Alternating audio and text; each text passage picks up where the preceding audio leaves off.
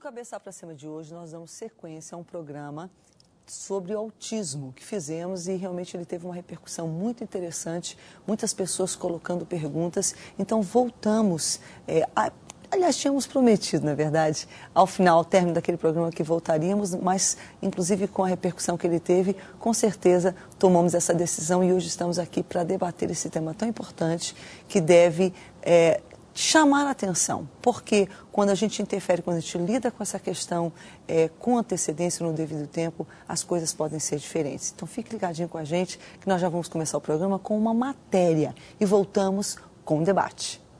Preparar uma salada ou um suco instantâneo. Atividades relativamente simples para a maioria das crianças, mas para o Marcos Vinícius é uma conquista. Vamos lavar a mão, Marcos Vinícius? E lá vai o Marcos, auxiliado pela atenciosa Dona Angélica. Lava as mãos para começar. A higiene é outro hábito a ser desenvolvido. Corta os legumes, monta a salada. Cada passo da atividade parece uma grande brincadeira. Durante todo o processo, em cada acerto, o reconhecimento do esforço vem através de elogios. Isso, Vinícius. Mais um pouco. E o cozinheiro do dia é só sorrisos. Quando a gente começa o nosso trabalho, a gente faz uma avaliação, levando em conta a realidade da família, que é importante, porque é o primeiro meio que ele está incluído, e também levando em conta a idade dele. Porque, assim, antes de ter a questão do autismo, ele é uma pessoa de 14 anos de idade. Então, assim, tudo que uma pessoa de 14 anos de idade sabe, faz, é importante que o Marcos saiba também. É possível determinar o limite de aprendizado de uma pessoa com autismo? É assim, o ser humano mesmo não tem limites, então, antes da questão do autismo, ele é ser humano. A gente parte do princípio que qualquer pessoa pode aprender qualquer coisa. A questão só é como ele é ensinado. O professor Edjan faz parte da equipe do Instituto Ann Sullivan. Além de atividades em grupo que acontecem durante todo o período letivo, na sede da instituição, localizada no Engenho Novo, durante as férias, um programa de visita aos lares dos alunos desenvolve habilidades cotidianas, como ir à padaria, aprender a conferir o troco, escovar os dentes e ajudar nas tarefas domésticas. Doutora Marise Suplino é fundadora do Instituto Ann Sullivan do Brasil e se dedica à educação especial. A metodologia que nós utilizamos, como eu disse, currículo funcional natural. Funcional no sentido de que nós tentamos e tratamos de ensinar habilidades que são necessárias, que são úteis para a vida. A gente não foca no que ele não sabe, a gente foca no que ele precisa.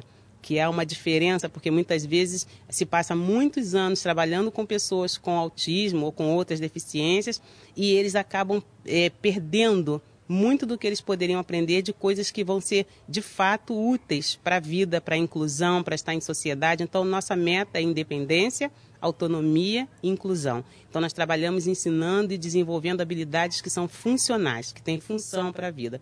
Natural está relacionado à forma como nós ensinamos, na forma como nós buscamos as situações de aprender, porque nós buscamos fugir de situações mecânicas. Muitas pessoas pensam que pessoas com autismo precisam sempre de situações muito repetitivas, muito iguais. A gente entende que pessoas com autismo estão no mundo. O mundo é cheio de imprecisão, é cheio de situações que a gente não tem como controlar. Então, pouco a pouco, a gente vai colocando essas pessoas em situações assim, para eles aprenderem a lidar com isso e poderem, de fato, estar no mundo que eu vivo e que você vive. Como todo menino de sua idade, Marcos Vinícius adora brincar. O basquete é sua especialidade. Cada autista tem seu próprio universo, seus gostos e também seus talentos.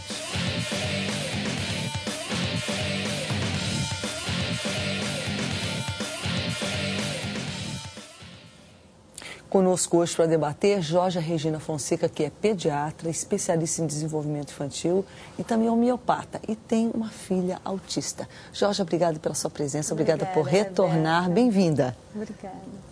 Muito bom. Fico emocionada de ver o trabalho da Marise. Sempre que eu vejo o trabalho dela, me emociono muito. É um trabalho muito lindo. É, muito dedicado e me parece também muito competente. Muito, muito bom.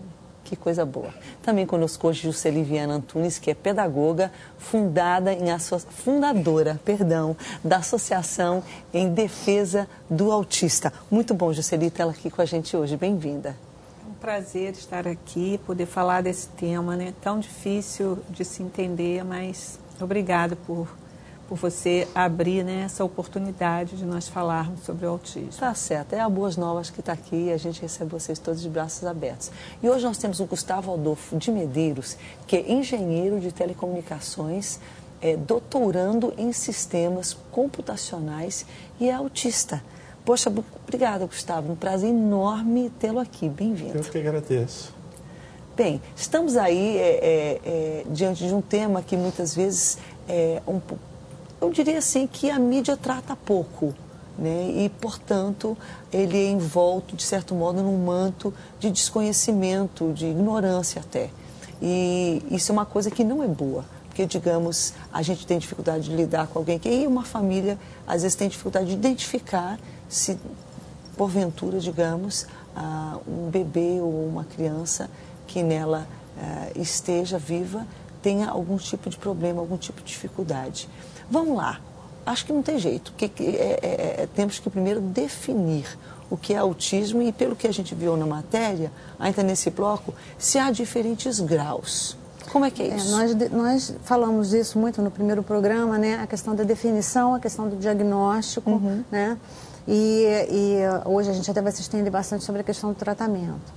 Voltando à questão do diagnóstico... De alguma forma, a gente tem que dar uma recapitulada para quem não assistiu primeiro.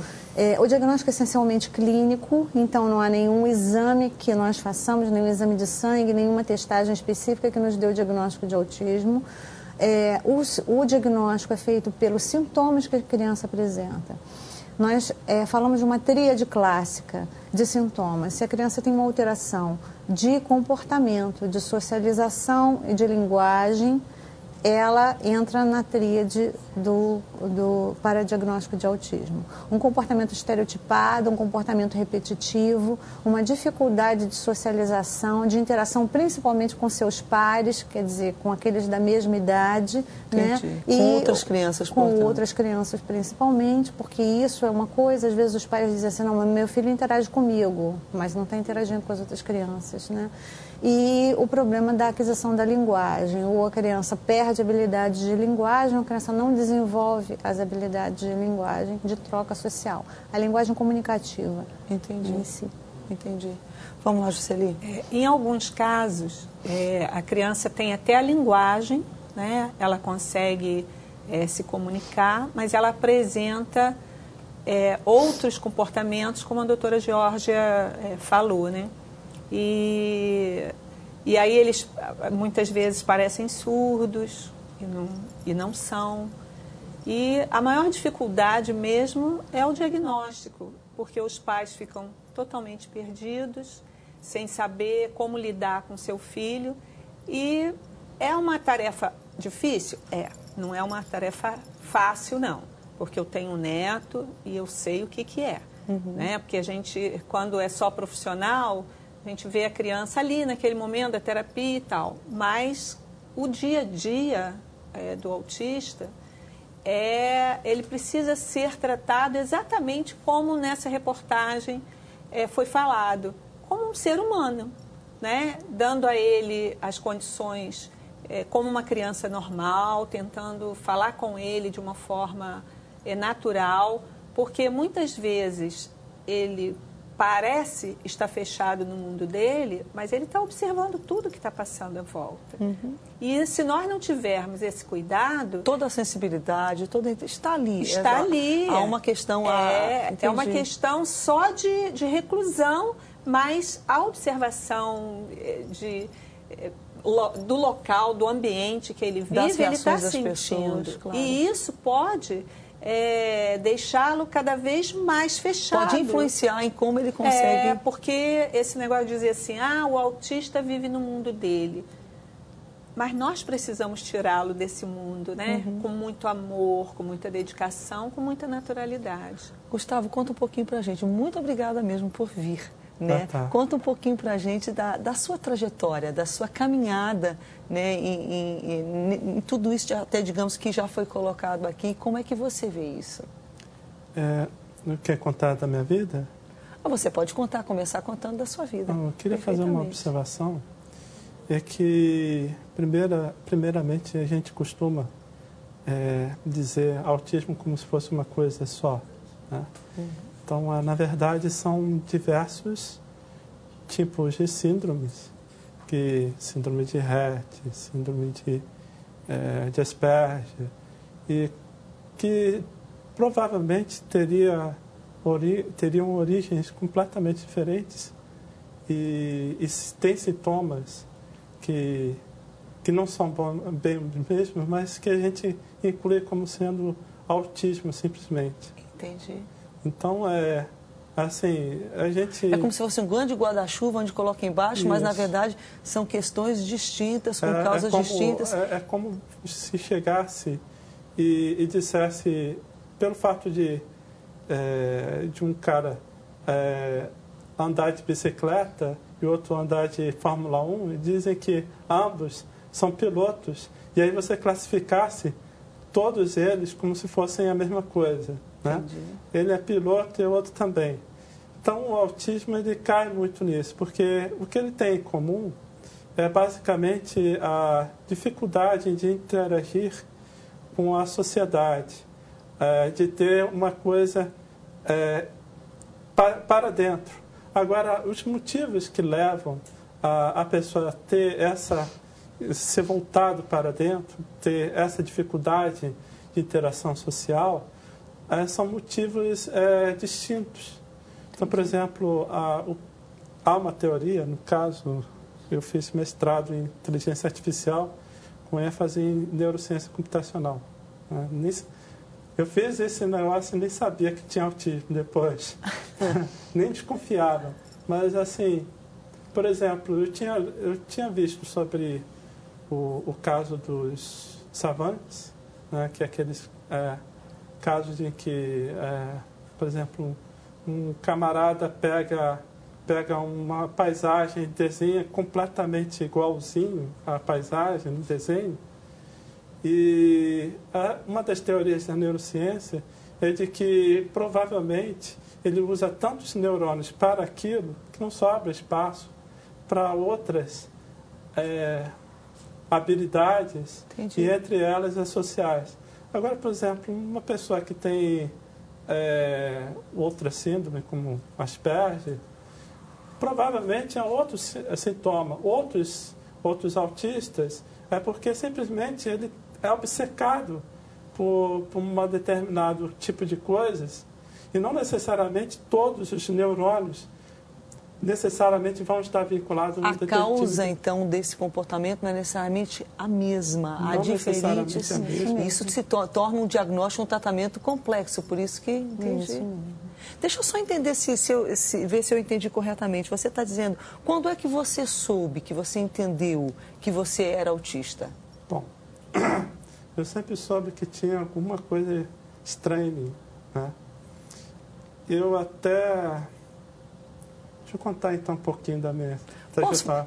Vamos só combinar uma coisa, então? Vamos deixar você que está em casa esperando, porque a gente tem que chegar, nós temos que ir ao primeiro break, e nós vamos fazer isso. Eu sei que ninguém vai sair da cadeira, porque realmente é uma experiência linda. Isso que eu estou vendo aqui, eu estou, assim, maravilhada de perceber, né? Até como disse também agora há pouco a Jusceli, a inteligência tão grande que está guardada, a percepção, né, que a gente vê com tanta clareza no Gustavo, mas muitas vezes há alguma coisa ali que podem estar associada a diferentes causas, como ele falou, que dificulta a interação social, ou seja, o relacionamento do eu daquela pessoa, do intelecto daquela pessoa, com o mundo que está ao redor dela. Como lidar com essa barreira é a questão do autismo, e a gente vai falar sobre isso, mas depois de ouvir a experiência de vida do Gustavo. A gente volta já.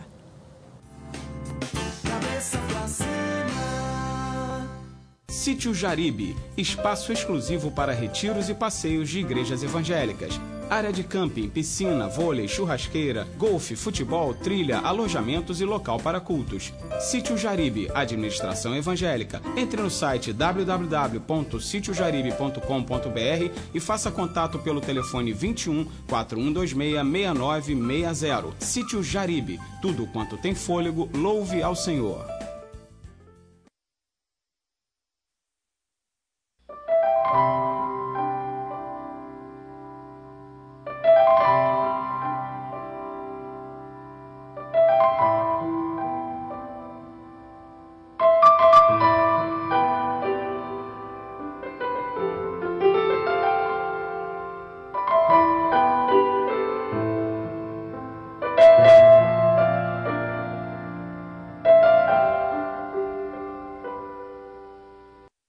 As riquezas e prazeres da vida podem se tornar uma obsessão, destruindo o ser humano.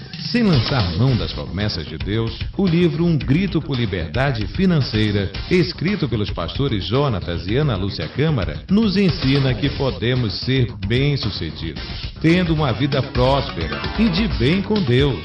Um Grito por Liberdade Financeira. Adquira já o seu nas lojas e principais livrarias.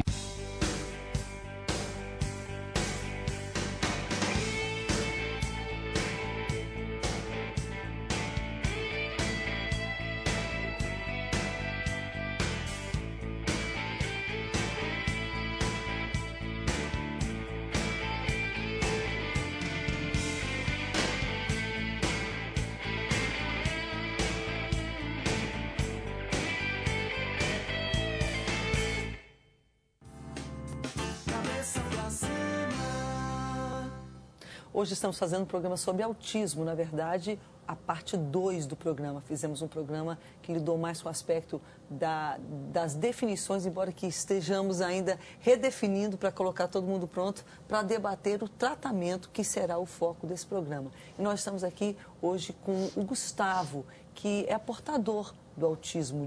Ele estava explicando isso, não vou nem tentar eu explicar, né? Vamos voltar com a experiência dele. Vamos lá, Gustavo. Para lá, tem que falar? Para cá, para lá, como você quiser. Pode falar comigo.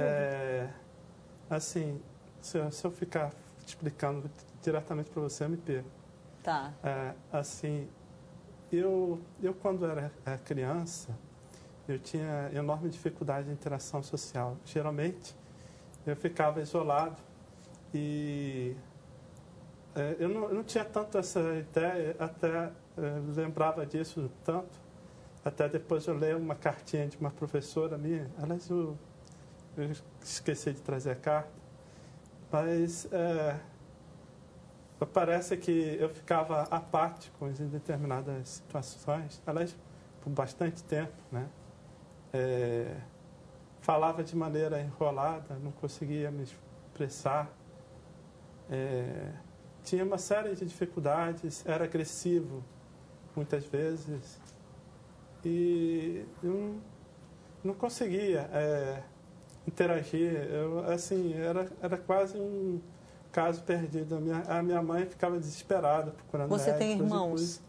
Não, sou filho único. Filho único. E aí eu fui para minha mãe me levou para uma psicóloga, levou para a fonoaudióloga. Eu tinha problema também de fala. E eu perdi as coisas, nunca trazia. Assim, eu era todo perdido, né? E aí, uma coisa que aconteceu nessa época que eu me senti muito bem e que eu acho que também me ajudou muito, foi o fato de nessa época, eu ter decidido parar de comer carne.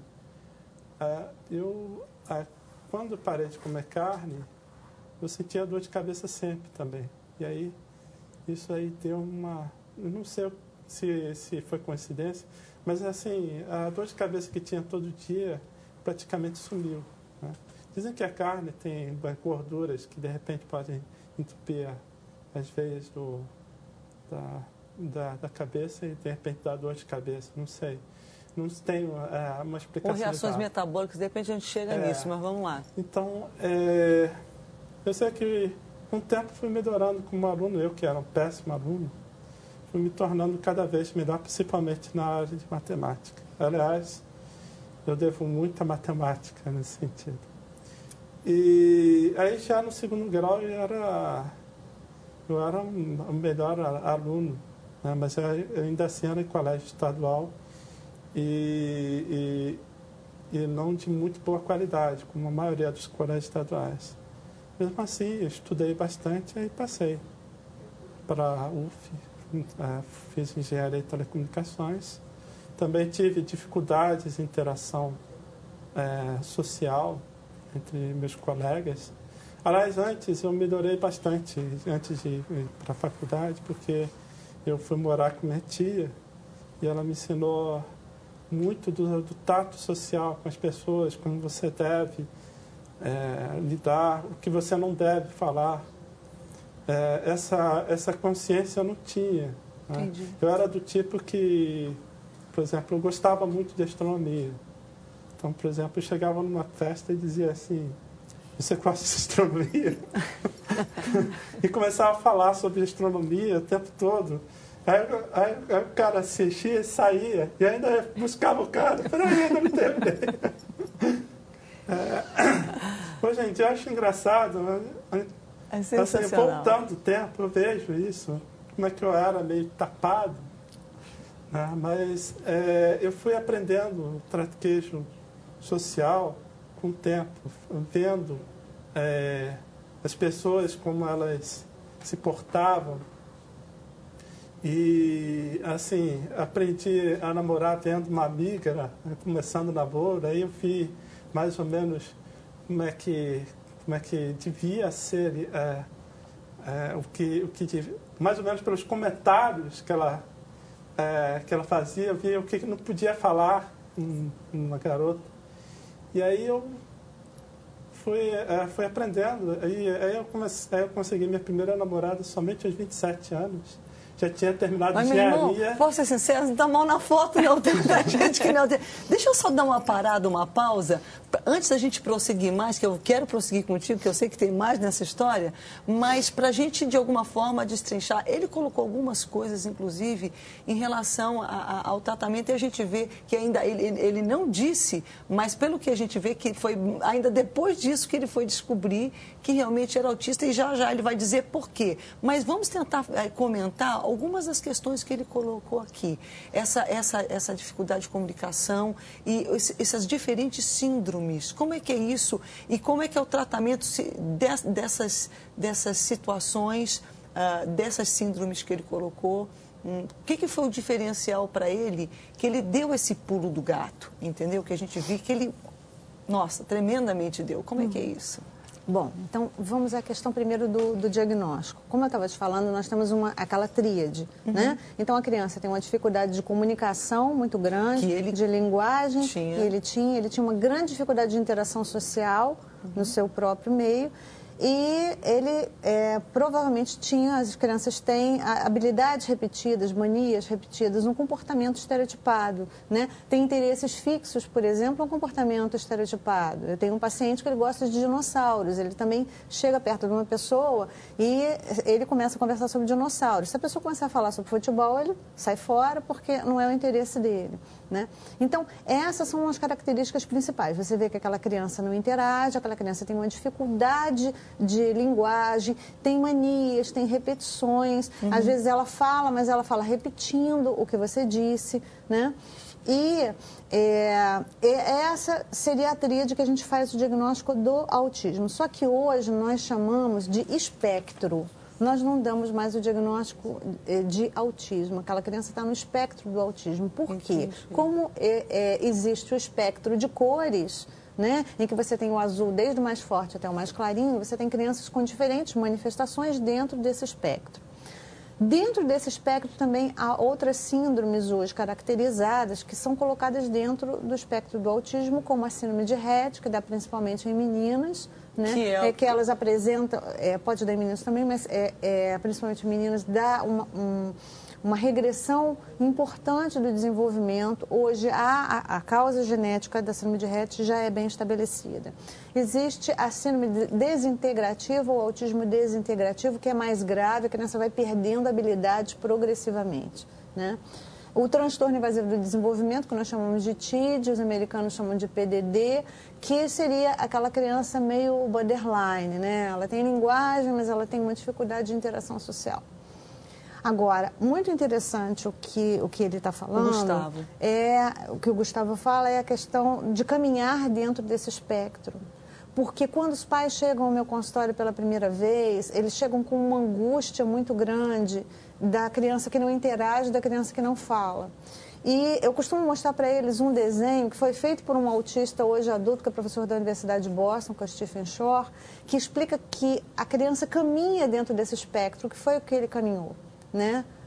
Com a intervenção adequada, com o tratamento adequado, né? Com o trabalho educacional, a criança pode caminhar dentro desse espectro em termos de melhoria. E isso é muito importante, porque dá muita esperança para os pais se engajarem no tratamento. A questão que ele colocou, achei muito interessante, que ele de alguma forma discerniu, não sei se por coincidência ou alguém orientou, mas eu conheço outras, por exemplo, eu lembro que não tem, de repente não tem nada a ver, de repente tem, por exemplo, a doença do pezinho, ela é tratada com você eliminando da dieta da criança certas proteínas ou certos alimentos. Isso mesmo, certo? isso mesmo. Quer dizer, é uma questão metabólica mesmo, há um grupo de pesquisadores essa que relação isso. provavelmente também me parece no caso dele. Sim, Rebeca, hoje tem muita pesquisa em cima disso. Há um grupo de pesquisadores que investiga essa parte metabólica do autismo. Muita coisa já é descoberta hoje em dia. Nos Estados Unidos se propõem dietas diferentes, suplementos que possam melhorar essa parte metabólica da criança e que a criança começa a funcionar melhor a partir dessa intervenção. E há muita pesquisa. E isso é muito nítido a gente observar quando a gente lida com várias crianças autistas, né? Porque quando você só tem o seu filho, você só tem a visão do seu filho. Entendi. Mas quando a gente tem a experiência... Você vê esse espectro de uma forma mais clara. Você vê mais claro, porque todas as crianças, todas não, mas a maioria das crianças que fazem uma mudança alimentar, elas passam a melhorar. No caso do Gustavo, foi coincidência, ele decidiu não comer mais carne. E percebeu a diferença. E quando ele decidiu, a cabeça dele se abriu, a voz saiu, a inteligência, né, uma bagagem desencadeou uma mudança. Foi uma coisa divina, porque ele mesmo que decidiu, não foi médico que falou. Mas hoje, né, porque na época não existia essa cultura, hoje já existe essa cultura da alimentação. E a gente vai observar que é diferente. Para ele foi a carne, para outro é o glúten, ou é a caseína, ou é o açúcar. São todos? Não sabemos, porque cada criança é única e o metabolismo dela é único, como o de qualquer um de nós. E aí vai depender da dificuldade de metabolismo de cada criança que vai se detectar. Mas existe uma propensão a ser glúten, caseína, açúcar, que é caseína? Carne. Caseína é o leite, é uma substância do leite. Caseína é a proteína, do leite. De qualquer leite animal. Entendi. Né? Então, seria equivalente à lactose, por exemplo? Ou a não? lactose é o açúcar do leite. A caseína é a proteína do leite. E existe leite sem... Ou a pessoa tem que eliminar? Existe o leite de soja, existe o leite de arroz. Né? O que acontece? A minha filha hoje vai fazer 12 anos. Quando eu tive o diagnóstico dela, por volta de 1 ano e meio, eu fui buscar o que se fazia lá fora. E quando eu cheguei na Europa, a primeira coisa que me falaram, você não faz dieta sem glúten, sem caseína na sua filha? E eu levei um choque como pediatra, né? Que falei isso? assim, eu vou tirar leite e caseína da minha filha, por que motivo? Não, aqui na Europa todo mundo faz. E eu voltei para o Brasil ainda com o pé atrás, sabe? Eu falei assim, aquela coisa de médico que está no seu pedestal. Não vou fazer isso na minha filha, não. Aconteceu que eu estava passeando com a minha filha no condomínio, ela regrediu tanto, Rebeca, tanto, que pessoas até que não me conheciam no condomínio notaram. Foi muito interessante essa história. Parou uma moça de carro e disse assim, desculpa, eu queria conversar com a senhora, o que aconteceu com a sua filha? Desculpa, tá me metendo. Eu falei assim, não, minha filha teve diagnóstico de autismo. Eu estou falando isso com a senhora porque o meu irmão tem um filho autista. E eu gostaria, ele pode entrar em contato com a senhora? Eu falei assim, não pode. E aí ele me ligou e disse assim, começa uma dieta sem glúten, sem caseína na sua filha, que 8 meses depois você vai ver como é que ela está. Eu falei assim, de novo a história da dieta sem glúten, sem caseína. Eu vou ter que pesquisar isso. E comecei a pesquisar, né? Na época, eu cheguei a apresentar muitas palestras aqui no Rio porque eu comecei a levantar estudos, né? Eu falei assim, bom, deve ter alguma literatura científica em cima disso. E na época eu consegui coletar mais de 140 estudos. Então, existe estudo em cima disso. Não existe aqueles trabalhos padrão ouro, né? Mas existe muito estudo que essas proteínas porque realmente se afetam a dieta. A minha filha está com 12 anos, faz dieta desde os 2 E ela tem progredido muito. Mudou. A regressão, pelo menos, parou e houve muita melhora. Houve uma melhora. Houve muita melhora. Eu sou uma defensora ferrenha da dieta. O que o glúten, por exemplo, que de repente alguém está ligado, como assim? Hoje a gente já vê embalagem escrito não contém glúten. Geralmente glúten as coisas de massa, o pão. Do trigo, da aveia, da cevada e do centeio. E a caseína é a proteína do trigo. Do leite. Né? Porque a teoria é que essas proteínas, quando começam a ser degradadas no estômago, elas formam pequenas moléculas chamadas peptídeos, que elas são chamadas de peptídeos opioides.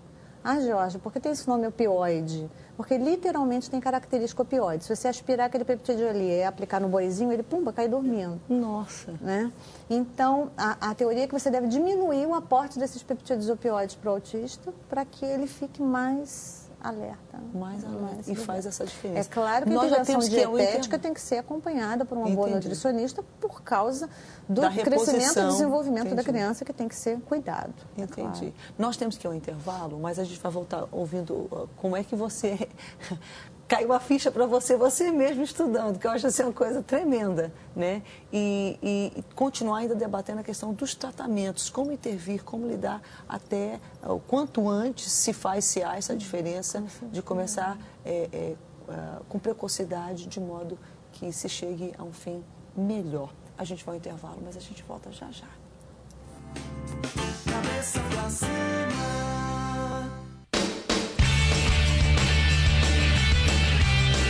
Expo Cristã 10 anos, de 20 a 25 de setembro, no AMB São Paulo. Livros, bíblias, CDs, DVDs, palestras, cultura, instrumentos musicais, mobiliário, lançamentos, eventos culturais, congressos em um único espaço.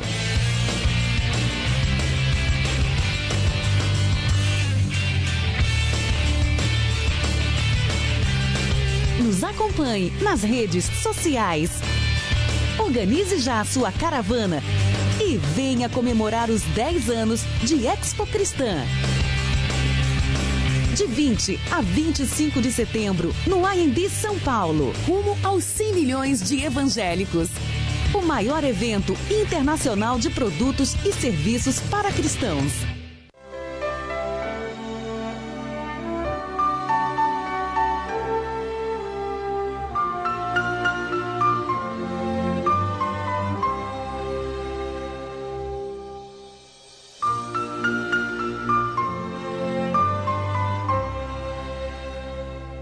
No Espaço Feminino, nós temos tempo para crescer em fé, pensar na nossa família, na nossa saúde, na vida profissional e também para um bom bate-papo com as amigas. É o espaço que Deus reservou para o nosso coração, para o nosso bem-estar, para a nossa qualidade de vida.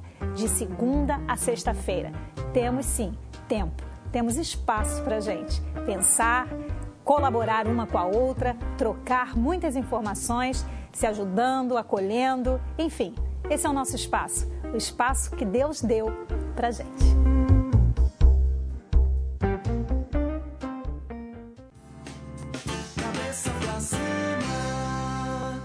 Programa muito interessante, muito bom, com muita informação, valiosíssima, certamente, para pais, para avós, pessoas, enfim, que estão lidam com crianças que podem apresentar ou estão apresentando sintomas que estamos descrevendo aqui. A gente tem a presença do Gustavo. Gustavo, você estava justamente naquela parte em que você estava terminando o seu curso de telecomunicações. Eu fiz engenharia em telecomunicações, consegui trabalhar por um tempo, sabe lá Deus como, um engenheiro, né? Tendo alguns problemas de trabalho, sim, mas consegui durar 1 ano de trabalho. Depois além de ter dificuldade de arranjar emprego, porque eu não conseguia, né?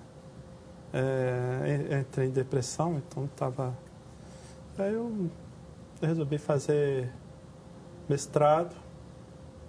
Aí depois já tinha terminado o mestrado em inteligência artificial. Estudei bastante essa parte de neurociência computacional. Fiz uma tese voltada para tratamento de fobias. Via realidade virtual, você faz um tratamento virtual. E estudei inclusive sobre autismo e sobre o Asperger, né? Eu até ouvia sobre falar isso, ficava impressionado, como é que são os Asperger, não sei o quê. Eu nem dava conta de que eu poderia ser um tipo de autismo leve. Tanto é que quando eu vi aquela veterinária que é autista, qual é o nome dela? Tempo Grande. Tempo, né?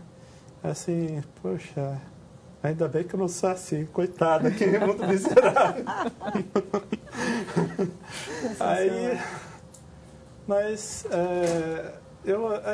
Como eu não consegui emprego, fui tentar concurso público. Passei para o IBGE, só consegui ficar um mês, porque a avaliação era mensal. Aí depois passei para o Banco do Brasil, fiquei durante o período de experiência. Então, é coisa que ninguém... Eu já era mestre, né? Eu já tinha antes pegado alguns empregos e já tinha ido para a rua. Assim, quando eu lidava com as pessoas, assim, de maneira afastada, assim, não havia a grande diferença. Eu pareço até relativamente normal. Mas quando você convive, essas sutilezas são percebidas, porque eu tive um aprendizado ao longo dos anos. Eu era, digamos assim, mais estranho. Mas quando você está trabalhando, convivendo com as pessoas, essas estranhezas, elas não foram totalmente eliminadas, mesmo tendo tido esse aprendizado todo. Então, depois que eu tive isso, que eu fui demitido do Banco do Brasil, a minha prima, minha tia, meus parentes disseram, não é possível, vamos ver o que ele tem, né? Foi um médico, assim, arranjou um médico importante. E aí, mestre, doutor em neuropsiquiatria, e aí descobriu, depois de uma bateria... Primeiro, quando falava com ele falava coisas que, como se ele me conhecesse há 30 anos, né? Você tem isso, e quando ele se em determinadas situações, aí a minha prima que estava acompanhando, isso mesmo, não sei o quê.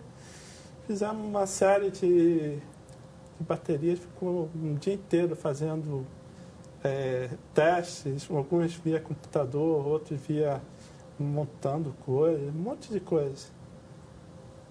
E aí depois ele analisou tudo isso, todos esses testes, e ele disse, olha, você tem o que se chama de autismo de alto desempenho, né?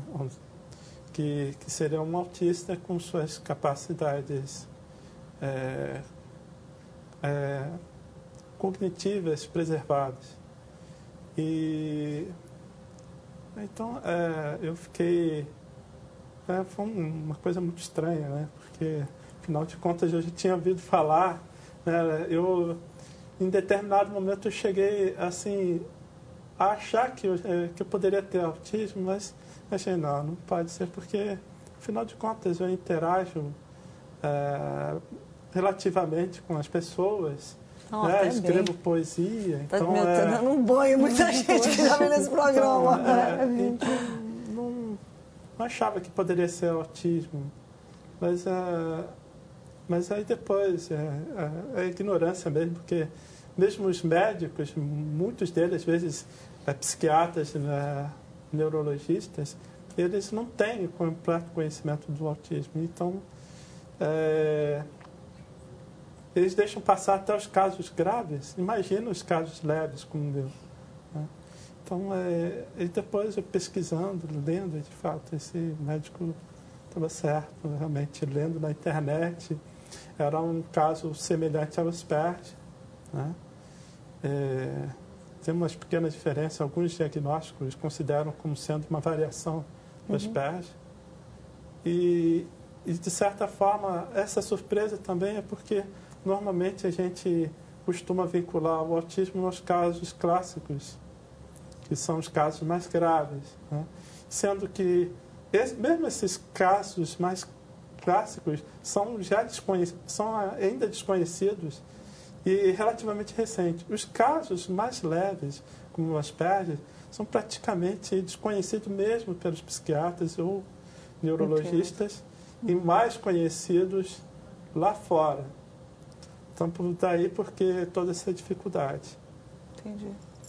Bem, é muito interessante o relato e como é que é isso? A gente vê que ele é aquilo que de repente você chamou de borderline, que seria ali o, ele é o autismo, limítrofe. A gente fala o autismo de alto funcionamento ou a síndrome de Asperger, né? O que acontece, Rebeca, é que tem muitos pacientes que têm autismo de alto funcionamento, que têm síndrome de Asperger, que não são diagnosticados. Quando a minha filha foi diagnosticada com 2 anos de idade, meu marido também é médico, nós tínhamos colegas nossos, médicos, que diziam assim, a filha de vocês não tem nada.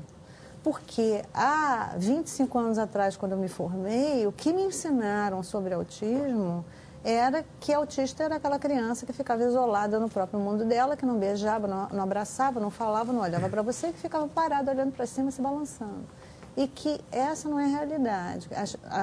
Muitas pessoas hoje em dia não têm a noção do espectro. Já que o nosso tempo é tão pouco, a gente está entendendo, começando a entender esse espectro, levou praticamente... E você, inclusive, a questão da dieta é um elemento do tratamento. Como lidar? Um pai e uma mãe está se identificando, está vendo aquilo que a gente está descrevendo, como o próprio Gustavo estava dizendo aqui, né? A descrição está batendo, as fichas estão caindo. O que fazer? Como tratar? Primeira coisa, se informar é muito importante. Então, leia. Tem médicos que dizem assim, detesto essa questão da internet. Eu digo, eu adoro a questão da internet. Porque o paciente chega para mim, às vezes dizendo assim, eu li isso aqui na internet. Ah, eu não li, peraí que eu vou pesquisar junto com você. Né? Mas vamos pesquisar em fontes confiáveis e filtrar aquilo que está lá. Então, primeiro, informação.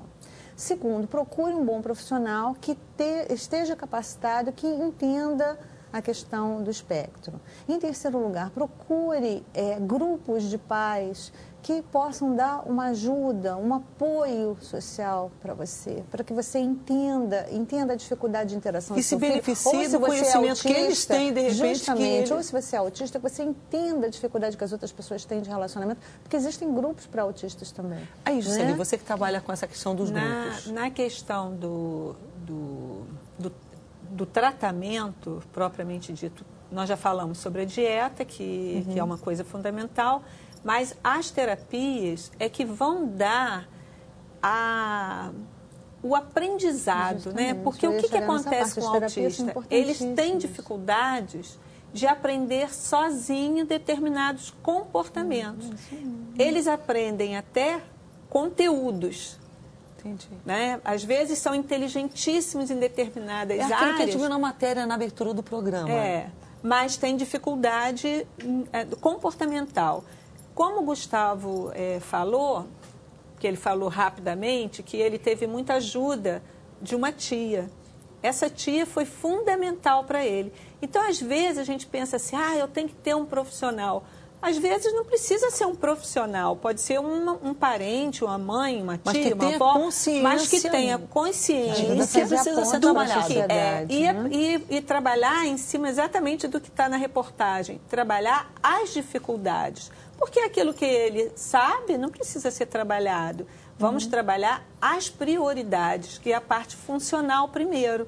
Quando ele tiver habilidade de ir ao banheiro, de escovar o dente, de sentar numa mesa para se alimentar, de saber conversar. E são coisas que podem geralmente ser desenvolvidas em casa. Elas podem ser trabalhadas em casa, porque às vezes a gente pega aí, né, pais desse Brasil imenso e não tem profissional, não tem ninguém, não tem médico, não tem psicólogo, não tem pedagogo, não tem fono, ou se tem, não sabem nada de autismo, fazem um tratamento totalmente errado.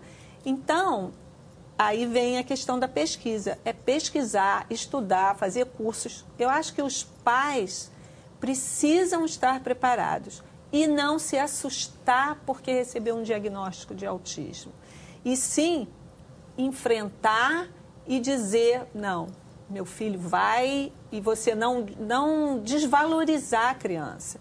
Porque o que a gente percebe é que a criança que recebe o diagnóstico, ou que não recebe o diagnóstico, né, mas não tem o diagnóstico, elas já são discriminadas dentro da própria casa. Os pais entram em pânico, porque a orientação que eles têm é que o autista não tem resultado, não tem jeito, não vai sair daquilo. E quando nós que tratamos com um grupo grande de crianças, nós sabemos que tem jeito sim. A cura total, não. Mas você deixar a criança com habilidades sociais pautadas no dia a dia, nas rotinas diárias do dia a dia. Você torná-lo independente nas suas ações dentro de casa, para ir ao banheiro, para pegar uma água, para tomar banho. As coisas principais, isso é fundamental. E o mais importante é o pai acreditar que o seu filho é capaz. Porque todos são capazes, mesmo aquele mais grave. Às vezes há uma dificuldade de desenvolver, mas ele é capaz. Mas você ele é capaz. Então você deve persistir. Você tem que persistir. Não, eu sou assim totalmente contra ao pai que pega a criança, vai para uma clínica que não é especialista, né? É especialista em doença mental. Enfia a criança lá e fica a criança eternamente presa naquele lugar onde ela não desenvolve nada. Então, essa semana eu recebi um telefonema de uma amiga que tem a escola que trata de autismo, que uma criança, há 6 meses atrás, chegou lá totalmente debilitada, não falava, não se comunicava, gritava, agredia. 6 meses. Ela foi agora ao pediatra que trata, ao neuropediatra que trata dela desde pequenininha. Ela está com 5 anos agora, ou 6 anos. Disse que ela está fora do espectro. 6 meses só de terapia. Terapia e a dieta adequada. Então, todas as crianças vão ter esse passo com 6 meses? Não. Mas muitas têm.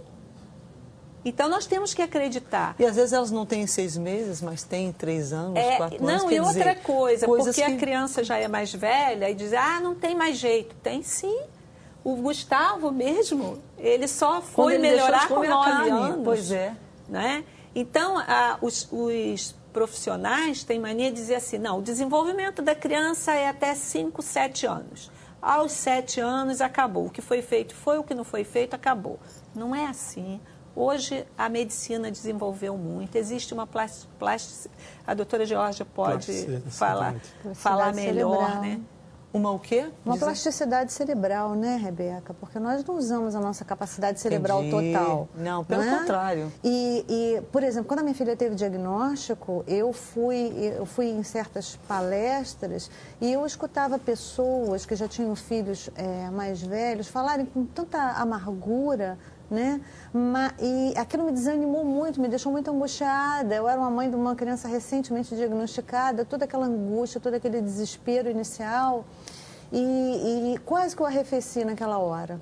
Né? Porque qual é a mesma idade agora da sua filhinha? Ela está com 11, vai fazer 12. Mas existem, Rebeca, nós sabemos disso, as pessoas que gostam de pintar tudo de preto. Né? E acontece o seguinte, hoje tem mais informação sobre autismo. Hoje se sabe que a gente tem que fazer o diagnóstico precoce, que a gente tem que fazer a intervenção precoce intensiva, que é assim que a gente faz a criança caminhar dentro do espectro.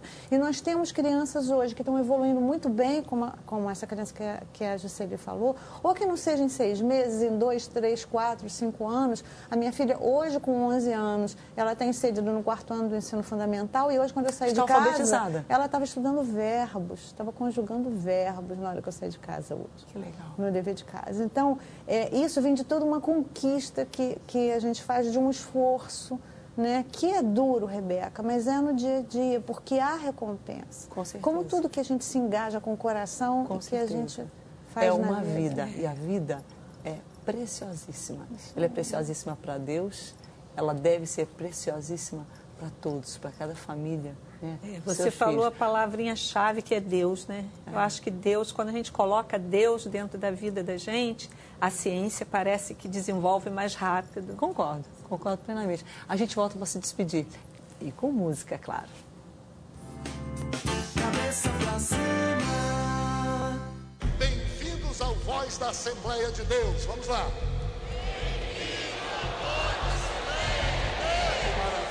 Você sempre vai ter os melhores lugares nos empregos, porque você vai receber uma unção para chegar na frente.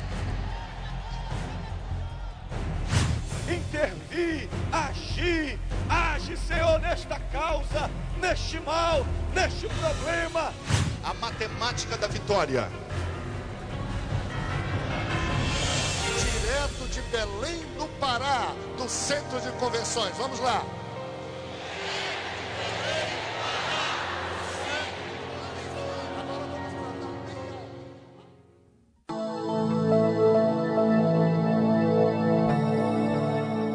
A fé é uma ponte entre o lugar onde eu estou e onde eu quero chegar. T.D. Jakes.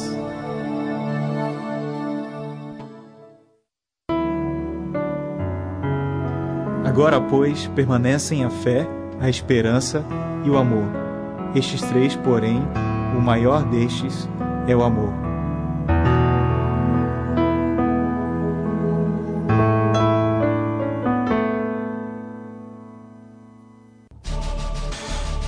Deus não cria ninguém sem propósito. O mundo pode falar isso, as pessoas podem falar que não tem jeito, mas eu creio que tem jeito. Ninguém nunca olhou para você, dando para você algum crédito. É isso que Deus vai usar para levar você mais longe do que você poderia ir sozinho. O que Deus procura são pessoas que digam: Senhor, conta comigo porque eu sou a pessoa, esse é o lugar e agora é o tempo em que os teus milagres, projetos, visões para a minha vida vão acontecer. Eu quero é Deus. Voz Jovem, terça-feira, 11 da noite. Fique ligado. Eu quero é Deus. Cabeça pra cima.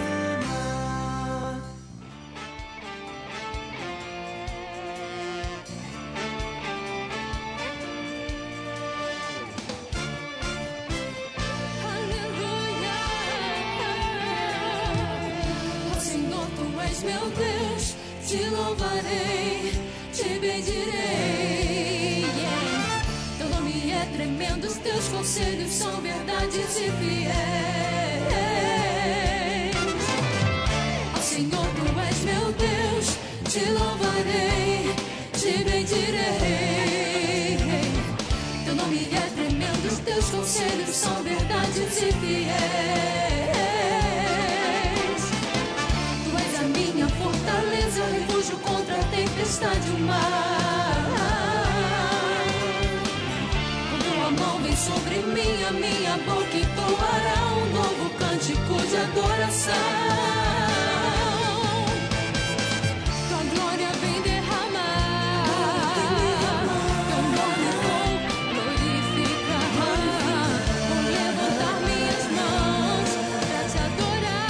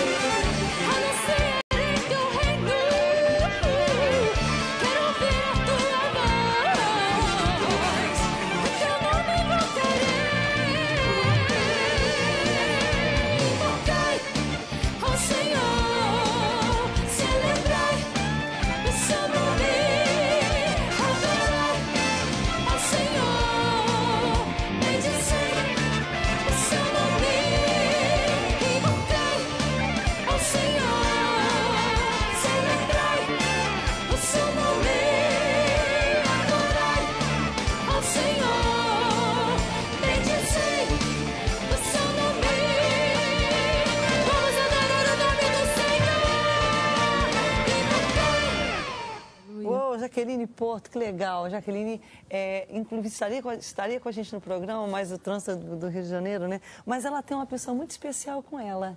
Explica aí pra gente, Jaqueline. Meu filhinho Carlos Henrique, né, que é autista também. Ele está com 4 anos. Opa, ele está interessado aqui no plasma. Ele vai ficar entretido aqui. Tem 4 aninhos de idade. Chegou a falar, né, até os 2 anos, mas perdeu a fala. Mas nós cremos em tudo que elas falaram, né? Todo o tratamento, o carinho. Né? É gostoso, é interessante conhecer. Vem cá com a tia, vem. É interessante a gente conhecer o testemunho, por exemplo, a experiência de vida do Gustavo, né? Isso, nossa, eu fiquei super emocionada aqui com o testemunho dele. E ele vai ser a alegria de muitos pais. Muitos pais estão vendo e com certeza vão ficar emocionados e vão ter fé, vão crer, acreditar mais nos filhos deles. Essa questão do tratamento, conforme você veio acompanhando, é familiar para você? É essa direção que você está tomando? Tem que ter todo um tratamento na alimentação, é muito importante, né? Fazer terapia ocupacional, estar junto com uma psicopedagoga, uma psicóloga, uma fono, tudo isso é muito importante, sim, para o desenvolvimento e também estar no lugar adequado para isso. Tá certo. Muito obrigada pela sua presença. A gente tem que encerrar. Eu quero agradecer. Muito obrigada, Georgia, Jusceli, Gustavo. Deus abençoe vocês. Sucesso na caminhada. Prossigam. Nota 10. E a gente termina com a Jaqueline.